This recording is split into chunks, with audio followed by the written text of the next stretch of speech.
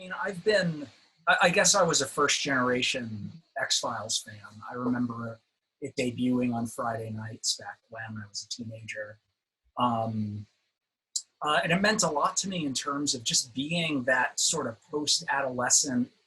I was right in that demographic, I think, that Fox was aiming for when they launched. And it's a lot of great memories over those first couple of seasons I share with people like my brother and my friends. It was something that it was a new franchise for our generation, and I think getting to contribute to it, even in whatever small way that I have, has been something that I feel it touches what it means to me, and that I can share that with family and friends who have been fans forever, like so many of us. Nice. You started writing these back in 2013, way before the 2016 reboot. Right. How did that come about?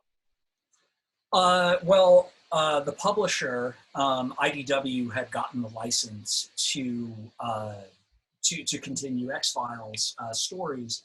It had been 20 years, I think, since the show had launched when we came out in 2013, and there was nothing.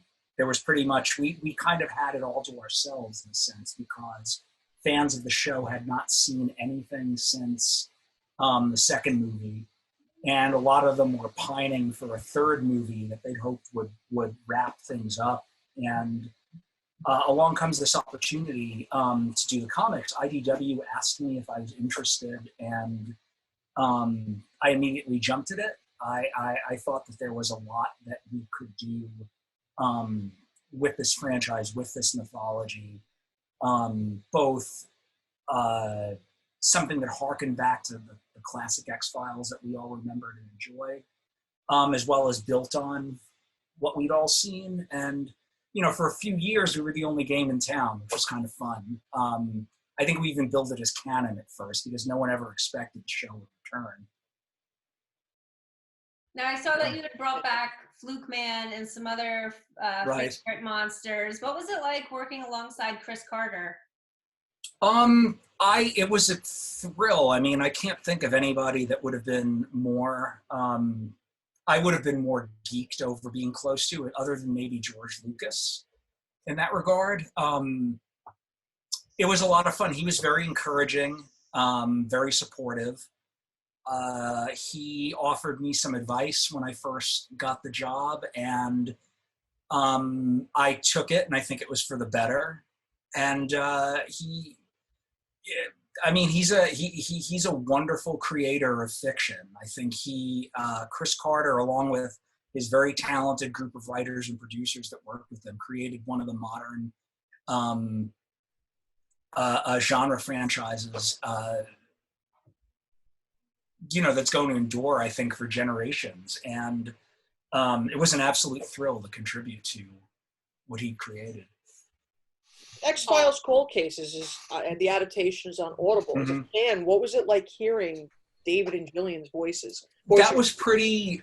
I don't know if I don't want to curse on your show, but that was pretty damn great. When I first heard that there was this audio production in development, I didn't really think much of it.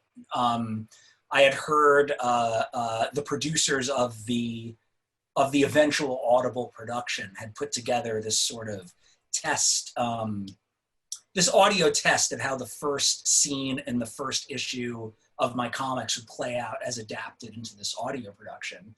And it just had some really dry acting with some stand-in people reading, Mulder and Scully's lines. And I didn't really think much of it. And then suddenly it got really real. And I found out that, Audible was going to do it, and they were hiring Gillian and David and the rest of the cast to come do it. And I was like, okay. I never expected anything like that to happen. So that was a tremendous amount of fun. I felt, when I first got the gig, I think, a deserved amount of intimidation, just because you don't have to dig too deep to find how deep the fandom goes. and people are very protective of these characters. They feel very close to them in the relationships, as well as the open-ended questions. Everybody feels very invested in this. And I think I was understandably terrified of taking on this job, but they were really